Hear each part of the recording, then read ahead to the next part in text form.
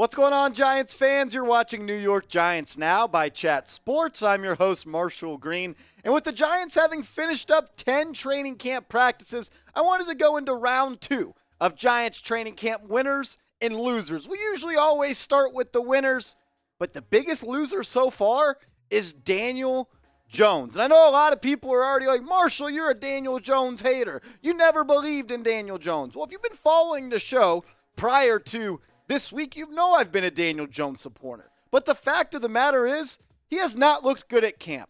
And he has every excuse in the book. New offensive coordinator, new head coach, new offensive line coach, new quarterbacks coach, new weapons, new offensive linemen. You can make every excuse in the book. But at some point, you got to rise above your circumstances and show why you were picked inside the top 10. I think the most noteworthy play of the summer happened on Monday's practice, where Daniel Jones was subbed out during the first team and Tyrod Taylor was subbed into the first team for the first time all summer. It was for only one play, but I think that is kind of telling a little bit. Dan Duggan, he said Tyrod Taylor just replaced Daniel Jones with the starting offense for one play. This was on Monday. He said it was hard to tell why Jones got the hook, but there was a busted play on the previous snap, and Dable didn't seem happy. Jones back in after one play. So I don't want to make too much of it, but I do think it's interesting that Jones struggled one play,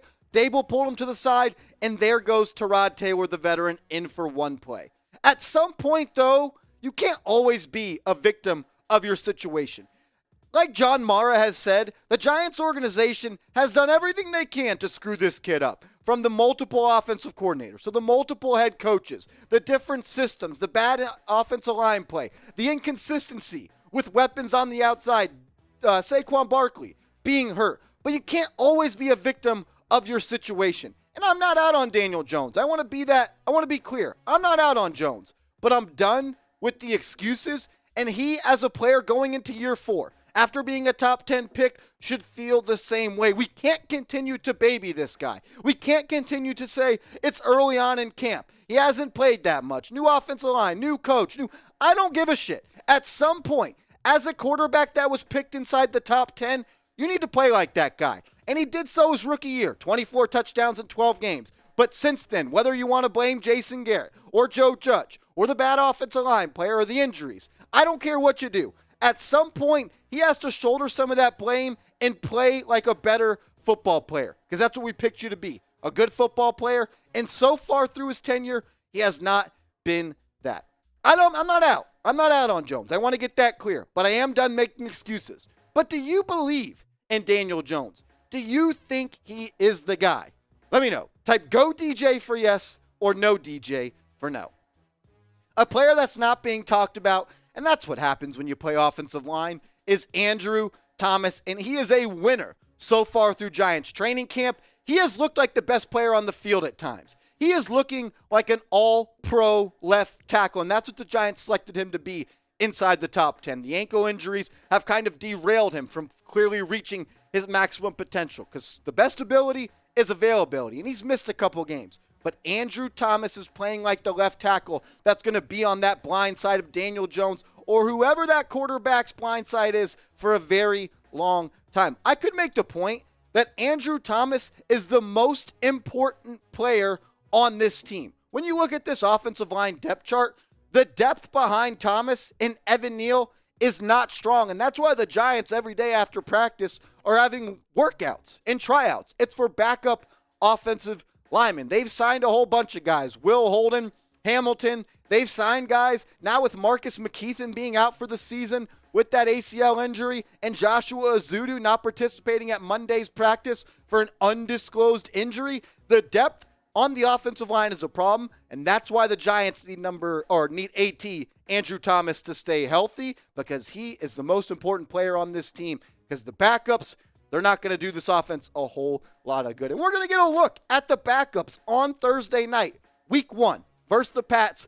Preseason football is back. And here on Giants Now, we're going to be going live for the game. Join us Thursday, 6:45 p.m. Eastern. Subscribe and turn your notifications on so you'll be there for the party. A watch party, play-by-play, beers, shots. It's going to be a lot of fun. Join us this Thursday, 6:45 p.m. Eastern.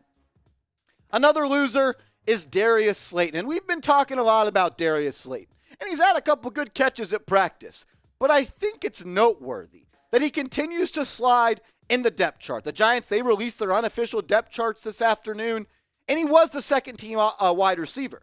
But I think you don't want to pay that much attention to that. Pay attention to what you're seeing on the football field and in between the white lines.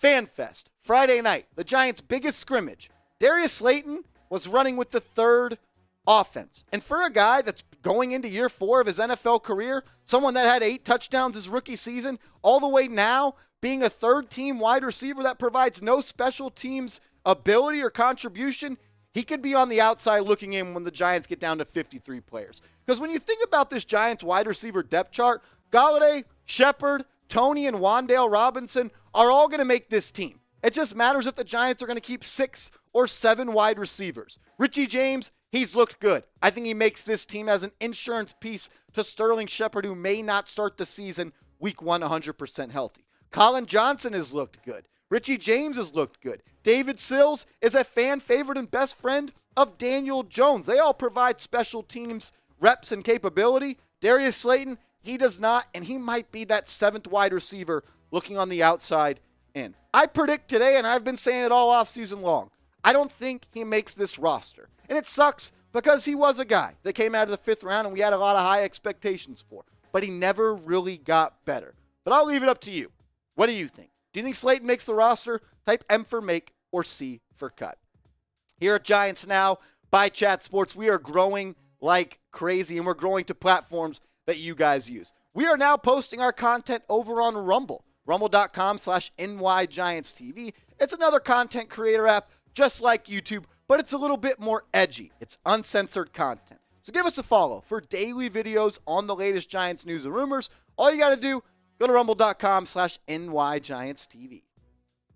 Another big winner coming out of training camp for me, which I feel like a lot of people aren't talking about, is Saquon Barkley, number 26. Not only does he look explosive, but he also looks healthy. And this is the first time in a couple off seasons we can say that. He looks nimble. He doesn't look afraid. He looks confident. He trusts himself. He believes that when he sticks that foot in the ground and gets north and south, it's going to work out. He trusts his body, and that's what the Giants need. They need him to be healthy. Because honestly, the last time he really was all that healthy was back in 2019 and 2018 in his rookie season. In those first 2 years, he had over 2,300 rushing yards. He had over 17 touchdowns. Over almost 500 carries. Saquon was a beast in those first 2 seasons. Then the ACL. Last year, he started to look good during the Saints game, and then he stepped on the defender's foot against the Dallas Cowboys. It's all about the ability to stay on the field with Saquon Barkley. Because when he's healthy, no one can deny that the guy is one of the most electric playmakers in the NFL. And with how the run blocking by the Giants offensive line has looked this season, Saquon could be in store for one of his best seasons in the NFL. And that would be big for him considering he's in a contract year and may be playing his last season in Big Blue. But let's stick on that topic, and I'll bounce this question to you guys because I value your opinion, and I go down in the comment section every day when I get off work, and I see what the real ones are saying. So I want you to predict it for me. Is this Saquon's last season with the Giants? Type Y for yes, type N for no. Let me know what you're thinking. We had some more winners that coming out of Giants training camp over the past 2 weeks, and he is someone, Leonard Williams, is still the best football player, arguably, on this team. He's the best defender. He can't be blocked. Jamil Douglas was moved down the depth chart because of him. He's looked really good, Leonard Williams. Kayvon Thibodeaux has also looked really good. He's been unblockable at times. Aaron Robinson has cemented himself as the second outside corner, which you love to see. Xavier McKinney is wearing that green dot on his helmet. He's probably going to be a team captain and call plays all off season. And an undrafted free agent, Yusuf Corker, has also looked really good. And that is a strong sign for him because this Giants safety depth chart is thin. He had an interception on FanFest Friday night. I predicted him to make the season when the Giants signed him the day after the NFL draft, and I'm feeling better and better about it. Yusuf Corker, he's playing great, and he's going to earn himself a roster spot, most likely. But in life, there's winners and losers. Let's take a look at some losers. Michael Jacquet, he was signed a couple of weeks before training camp, and he was expected to be a second-team corner. But the reps have slowed down, and he continues to move in the wrong way on the Giants' depth chart. He's gone from second team to third and fourth team, so I have him as a loser. Ricky Seals-Jones, I only have him as a loser because he has not been at practice. He's missed the last 9 Giants practices with an undisclosed reason. I hope everything's okay in his life, but for that reason, I have him as a loser, especially considering the fact that I thought he was a guy that could challenge and be the number 1 Giants tight end. The pass blocking by the offensive line has not been good. Evan Neal has struggled a little bit. John Feliciano's not really a pass blocker. Mark Glowinski has been getting worked by Leonard Williams, so that is an area I'm a little bit concerned about. But the biggest loser of all is Joe Judge, for a lot of reasons. Everything that he implemented last year is kind of the opposite way the Giants have gone. The Giants fought at practice with Joe Judge. They ran laps and practice was over. On Monday, the Giants got into a full team brawl, and Brian Daboll had him right back on the game field as a rep later running plays. And that's what a team should do. They shouldn't run laps. They should play football because that's what they need to get better at. Joe Judge believed in working hard and sprints. Brian Daboll, he doesn't have the Giants practicing until 9 a.m. every single day, and he has a nap time every single day for Giants players. It's just a way different locker room. It's a way different atmosphere. Joe Judge, Brian Daboll, not even close to the same guy. I want to say thank you, though, to everybody that's made New York Giants now a part of their day today. Let's hit a real one roll call. If you made it this far in the video, drop a real one in the comments right now.